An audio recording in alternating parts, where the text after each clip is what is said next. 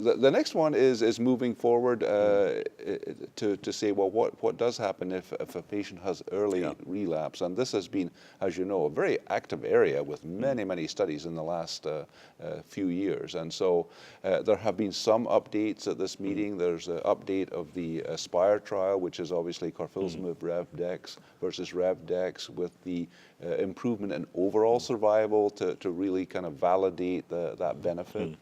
And then update of the Pollux to sort of reaffirm this really amazing added benefit of daratumumab to Revdex in the early relapse setting. And so really updates at the meeting to assess that. And so these are the little bits of extra information from ASH, and then we have all of the information over the last 2 or 3 years of the different options in this early relapse setting. And so how do you personally work through all of those options?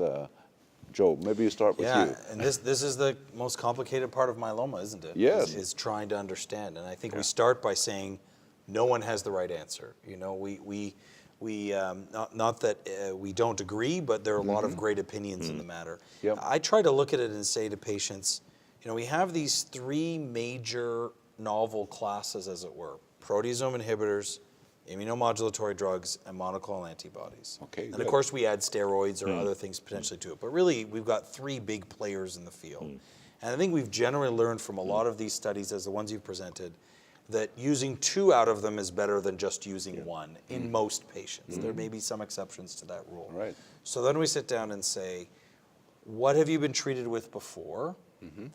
And secondly, what are you on right now? I'm nervous if Paul has said so clearly that lenalidomide maintenance is the backbone of treatment. If someone is relapsing on lenalidomide, I'm a little nervous to use lenalidomide right then in the next phase. So our usual go-to would be something they've not been on or not currently on, which naturally tends to favor the daratumumab option because we're not routinely using daratumumab up front. Right. So if I've had a patient, for example, who is on the classic VRD and a transplant and lenalidomide maintenance, often the first thing I'm looking to is either towards a daratumumab plus a proteasome inhibitor like bortezomib, or yes, indeed, perhaps carfilzomib, and sometimes we favor adding pomalidomide to it by virtue of the fact that someone's relapsing on So you could move from Revlimid to pomalidomide. Correct. Now, on the other hand, we still have lots of other choices. If someone really desires an all-oral combination, there's the ixazomib option. Is a good option. Whether it's with cyclophosphamide or pomalidomide, or of course lenalidomide if they're not on it currently. So we have lots of choices, but I would start with that basic, here are the 3 big players. We tend to want to use 2 of them. Which 2 fit better? And then also a reassurance to the patient that at some point they're quite likely going to see all of them. So the sequencing, as we know right now, isn't perfect. Right. But we want to give them the best depth of response possible with the least amount of toxicity. So any additional perspectives? We also additionally obviously have the analysis that was done to show the dominant impact of DARA in this setting. I mean, it does impact your thinking.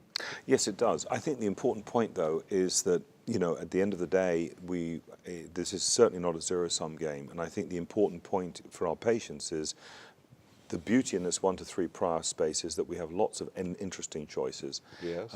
Ones that we can potentially keep in reserve. And I personally extraordinarily impressed with DARA, obviously from beginning to now.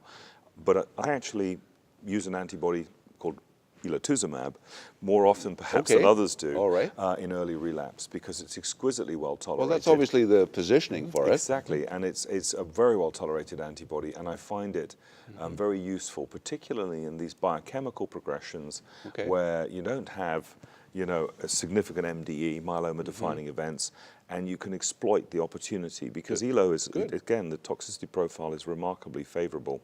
And we do a lot of work with it. My partner, Jacob Laubach's done some beautiful work with it, and my other colleague, Andy Yee, has pioneered a trial looking at elotuzumab, pomalidomide, bortezomib, and dex with the MMRC, and it's been remarkably effective as a salvage platform. and it keeps the DARA in reserve. Not that I'm arguing you have to, but it just gives you that choice. And I think the other thing is that I agree with you, Joe, that in the 1 to 3 prior setting, you obviously have to adapt. So if in my view, if you have an aggressive relapse, particularly there was a nice paper in the poster session looking at outcomes, for example, within 12 months of transplant relapse. That's a particularly high risk group. There, I would absolutely agree with you. A daratumumab-based approach belongs because that's a bad acting group, and that disease can be very, very dangerous. So I think going in with your maximal therapy at that point, and I agree with you, Joe. I like CAR-POM-DEX. I think it's a great salvage strategy. And then, of course, you've got the DARA options. You remind me that there was another abstract that I didn't highlight there that was presented, which was pomalidomide Cytoxan DEX, which was used for patients relapsing coming off VRD, which is remarkably active, as a matter of fact. Exactly, and an all-oral option with the chemotherapeutic to assist in efficacy. Yep. If I can give a little thought for something that maybe in the future that we're not there yet, something that we're working on aggressively. Keith Stewart and his group and Rafael Fonseca and their group have done some great work in the lab, creating a model that can actually take a sample from a patient's marrow and test it against multiple different drugs that we have, literally every drug against that we have the FDA, and get a sense. I mean, it's still a research purpose. We're still not doing it prime time. I had a patient last week who's been on elotuzumab, lenalidomide, DEX, and one of these assays assesses their sensitivity to lenalidomide, because we were trying to see, are they more resistant to len, are they more resistant to elo? And the patient showed results that were very resistant to lenalidomide. So that might push me in a different direction. This is very interesting for me to hear. This is deja vu for me, because the human myeloma stem cell assay was developed by Sid Salmon. Yes, back in your back work in the in day. Arizona. And what we set up was to test the sensitivity of myeloma to all the different drugs that we had at that time. The problem was that we didn't have that many. And if you think down the line, I know, again, I don't want to think too Star Trekian, but wouldn't it be ideal if we take someone's disease and say, look, these are actually the best drugs for you? That's individualized medicine. Absolutely. Let's save you the toxicity and the cost of the ones you don't need.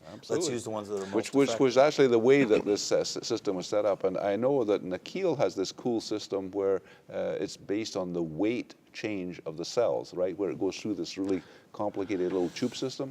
Yes, but there are multiple different ones. There was a lovely poster, it got an award actually, from Konstantin Mitsiadi's group, looking at a very sophisticated CRISPR-based technology that was really, I mean, the science was, talk about Star Trekian, this was way ahead. And the lead author, Sarah Gandolfi, won an award from ASH as one of the best poster abstracts, where really they've built a platform, to your point, Joe, that will start to identify, particularly in such granularity, therapeutic approaches that might make sense using this particular CRISPR-based platform with gene knockouts and so on to really drill down, to your point, so that we go, from Sid's point of principle, Rafael and Keith's excellent work that provides a model system, to even deeper granularity that allows us to be much more precise. So I think that this could be very cool moving forward. It could. Lots of exciting things.